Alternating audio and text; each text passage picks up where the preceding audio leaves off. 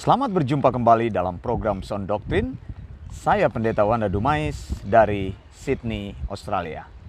Maranatha, Tuhan Yesus segera datang. Saudara yang dikasihi Tuhan, salah satu ajaran yang paling gila yang pernah saya dengar adalah ajaran mengenai corpus delicti. Mengapa saya menyebutnya ajaran yang paling gila? Nanti saya akan jelaskan posisi dan pendirian saya untuk menanggapi pengajaran ini. Ajaran corpus delicti, walaupun ajaran yang paling gila, tapi pengikutnya itu banyak begitu. Orang seolah-olah tidak peduli mencari ajaran yang benar hanya karena disampaikan oleh seseorang yang mungkin populer lalu diikuti. Nah, apa sebenarnya corpus delicti itu? Saudara, engkau yang sekolah hukum tahu apa itu corpus delicti, ya. Misalnya istri saya pernah sekolah hukum, dia seorang sarjana hukum. Dan juga orang-orang lain yang sekolah hukum pasti tahu. Corpus delicti itu kan dari bahasa Latin. Corpus itu artinya mayat. Begitu. Delicti itu delik. Jadi corpus delicti itu semacam satu prinsip yang ingin berkata bahwa telah terjadi sebuah kriminalitas atau kejahatan apabila bisa dibuktikan adanya mayat. Gitu. Jadi mayatnya menjadi barang bukti.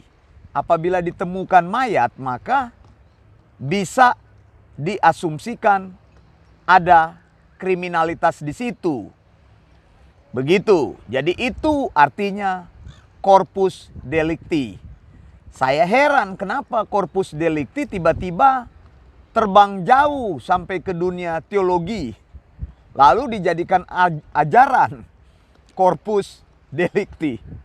Nah, saudara yang dikasihi Tuhan, saya juga kenapa saudara lihat mungkin saya menyampaikan ini sambil senyum sendiri. Jadi geli begitu mendengarnya. Ini orang ngerti nggak ini yang menyampaikan ajaran corpus delicti? Orang yang menyampaikannya tidak ngerti, orang yang mendengarnya juga tidak mengerti, tapi diikuti, saudara. Makanya saya bilang perlu belajar sound doctrine. Doktrin yang benar itu adalah doktrin yang sound. Didaskalia hygienose. Ajaran yang sehat. Ajaran yang tanpa bakteri, tanpa celah. Ajaran yang tidak kotor, higienis. Ajaran yang alkitabiah. Saudara, mari kita bahas corpus delicti ini. Jadi, tadi istilah hukumnya sudah saya angkat tadi secara legal. Corpus delicti itu bila ditemukan mayat, maka dibuktikan kejahatan terjadi di situ. Nah, hal ini kalau dibawa ke dalam dunia teologi, ke dalam pengajaran Kristen tentu tidak tepat. Apa yang mau dijadikan standar kebenaran dari corpus delicti? Begitu. Ajarannya ngawur sekali ini. Bukan cuma ngawur, menurut saya sesat, saudara. Jangan ikuti ajaran yang sesat. Nah, engkau masih mau mengikuti orang yang mengajarkannya. Terserah engkau sendiri. Jadi menurut orang yang mengajarkan corpus delicti ini, katanya, ya, iblis terbukti bersalah oleh karena Yesus mati di kayu salib. Coba, ini kan geli sekali. Begitu. Allah katanya ingin membuktikan kejahatan iblis, sehingga Allah bisa menjatuhkan hukuman kepada iblis. Karena ada kematian Yesus. Di mana di Alkitab dikatakan prinsip itu? Ini ajaran sesat sekali, saudara. Tidak ada pengajaran dalam perjanjian baru atau Perjanjian Lama yang menulis bahwa kematian Kristus untuk membuktikan bahwa iblis itu bersalah. Ada urusan apa Allah dengan iblis? Allah itu harus dikeluarkan dari prinsip penafsiran ini kalau mau menegakkan ajaran ini. Kalau engkau ingin membuatnya harmonis, kenapa engkau ingin menghadapkan Allah dengan iblis? Iblis tidak ada tandingannya dengan Allah. Begitu. Bahkan Yesus sendiri, Allah yang maha hidup itu, Allah manusia, hypostatis union. Saya tentu akan jelaskan semua istilah-istilah ini. Sekarang mungkin engkau dengarkan dulu. Jadi tidak ada urusan untuk membuktikan bahwa iblis itu bersalah dengan cara membiarkan Yesus mati di kayu salib atau membunuh Yesus di kayu salib sehingga ada kematian di situ, maka iblis terbukti bersalah. Ini ajaran sesat sekali, saudara. Mengapa ajaran ini muncul? Saya jelaskan sebentar. Karena salah menafsirkan Ayub 1 ayat 6. Pada suatu hari datanglah anak-anak Allah menghadap Tuhan, dan di antara mereka datanglah juga iblis. Ayat ini menulis di dalam bahasa Ibrani bahwa anak-anak Allah itu disebut dengan Bnei Ha-Elohim. Begitu. Kalau dikatakan anak-anak Allah, jadi jangan berpikir Allah beranak ya. Tinggalkan pemikiran seperti itu. Kalau ada anak-anak Allah, Allah punya anak, lalu siapa istrinya? Nanti engkau bertanya kepada saya seperti itu. Begitu. Ya. Allah itu adalah roh. Yesus sendiri mengatakan di dalam Yohanes 4 ayat 24. Allah itu roh, dan barang siapa menyembah Dia harus menyembahnya dalam roh dan kebenaran. Allah itu invisible, tidak bisa dilihat. Allah itu roh.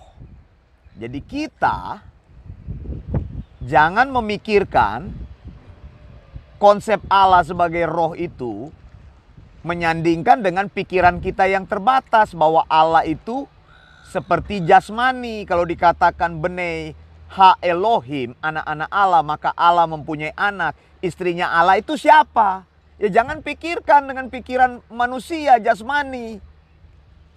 Lalu engkau mulai berpikir lagi kalau ada anak-anak Allah, berarti Allah harus melakukan hubungan seksual dulu.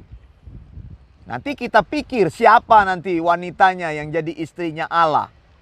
Lalu terjadilah konsep seperti Oedipus kompleks gitu ya. Oedipus kompleks itu dewa kan menikah dengan manusia. Ini mitologi Yunani. Allah tidak pernah menikah dengan siapapun karena Dia adalah roh. Makanya ketika kita menghadap Allah, ingin mendekati Allah, ingin beribadah kepada Allah, maka kita harus beribadah mendekati Dia dengan roh kita, roh yang benar. Nah, saya mau berkata di sini, saudara, mengenai Bnei Ha-Elohim ini. Alkitab katakan anak-anak Allah menghadap Tuhan, di antara mereka datanglah juga iblis. Ya, iblis adalah makhluk roh. Jadi Allah itu pencipta. Dia adalah Allah yang besar. Dia menciptakan makhluk-makhluk roh yang melayani Dia. Di saat kekekalan, kita tidak tahu itu kapan. Jadi Allah itu pencipta. Lalu di bawah Allah itu ada makhluk-makhluk roh yang melayani Dia.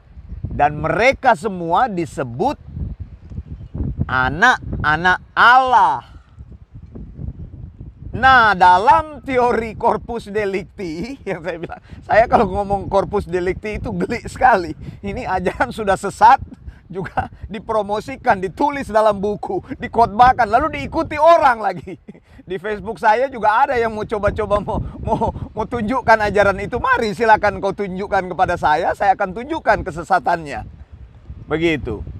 Jadi menurut corpus delicti itu, ajaran itu, bahwa Allah itu cuma punya 2 anak. Anak yang pertama itu Yesus, anak yang kedua itu iblis. Kenapa jadi ngaco begini ajarannya? Makanya saya geli selalu kalau mau ngomong corpus delicti, ini istilah hukum. Kenapa dibawa ke dalam dunia teologi? Makanya saya bilang, engkau kalau punya konsep ECGC, sudah ada di kepalamu satu teori, engkau cari di Alkitab, maka engkau akan mencocok-cocokkan konsep Alkitab dengan pikiranmu. Siapa yang pernah bilang bahwa Allah itu cuma punya 2 anak? Yaitu Yesus dan iblis. Yesus harus dikeluarkan dari situ. Yesus itu sebagai huios, ya, di dalam bahasa Yunani itu kan ton huios. Yesus disebut anak Allah.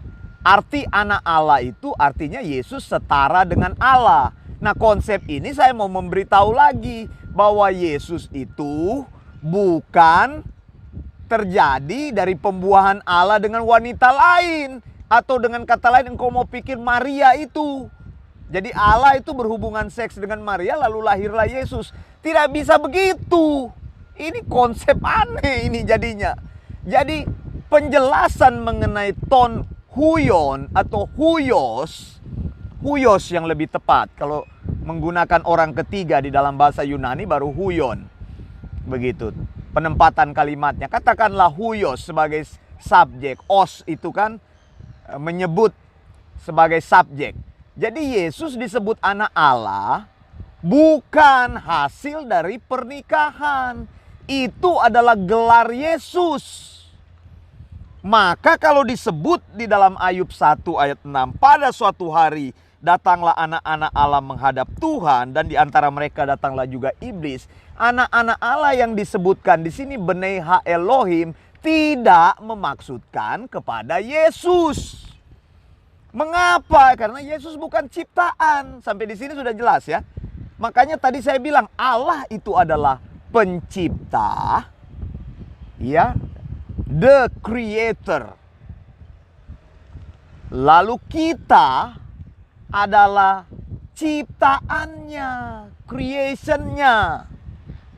Nah, kita itu dikatakan makhluk jasmani. Keberadaan kita lebih rendah daripada makhluk-makhluk surgawi. Jadi makhluk surgawi, mereka adalah rank yang paling pertama.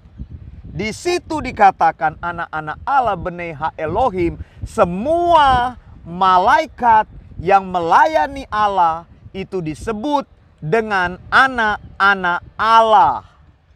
Jadi kalau engkau baca di Alkitab itu nanti, engkau akan temukan di Alkitab, saya akan jelaskan ini lebih lanjut dalam video-video berikutnya, bahwa di hadapan tahta Allah itu ada malaikat, kepala malaikat yang menjaga. Allah itu raja yang luar biasa, raja yang hebat. Dia penguasa satu-satunya, dia pencipta, dia keberadaannya tidak bisa diketahui oleh manusia. Manusia tidak ada satupun yang pernah melihat Allah karena dia itu besar sekali. Dia adalah pencipta. Bayangin kita manusia, ya, kalau kita bertemu dengan dia, kita baru mendengar suara guntur, gempa bumi, suara dentaman yang hebat, bom yang hebat, ya, kita sudah takut. Bagaimana kita mau mendengar Allah yang berbicara kepada kita, suaranya sangat luar biasa. Saya belum pernah mendengar Allah berbicara. Makanya Allah datang di dalam Yesus Kristus, inkarnasi. Nah saudara, teori daripada corpus delicti yang mengatakan bahwa Allah ingin membuktikan bahwa iblis berdosa, makanya Yesus harus mati. Itu teori yang ngaco, teori yang ngawur, sesat saudara. Bukan hanya ngaco, itu sesat saudara. Begitu, Allah pencipta tidak ada urusan dengan penciptanya. Mengapa engkau harus menghadap-hadapkan Allah dengan ciptaan? Kita tidak ada apa-apanya. Jadi iblis di situ hanya makhluk ciptaan. Saya sudah pernah menjelaskan bahwa ketika Allah menciptakan manusia, itu adalah rencana satu paket. Masih ingat? Yaitu ketika Allah menciptakan, maka penebusan ada di sana. Jadi creation and redeeming. Begitu. Allah disebut creator and redeemer. Begitu ya. Jadi pencipta dan penebus. Ketika Allah menciptakan manusia, langit dan bumi, maka Dia juga melakukan rencana penebusan. Yesus itu sudah direncanakan Allah untuk menebus manusia, bukan karena iblis bersalah, bukan begitu ya, bukan corpus delicti itu, bukan saudara. Jadi makanya jangan ngawur deh kalau mengajar kebenaran Alkitab. Nah saudara, saya akan sambung dalam kesempatan yang berikutnya tentang pengajaran ini. Stay tune terus di channel Sound Doctrine. Saya Pendeta Wanda Dumais dari Sydney, Australia. Maranatha, Tuhan Yesus segera datang. Blessings.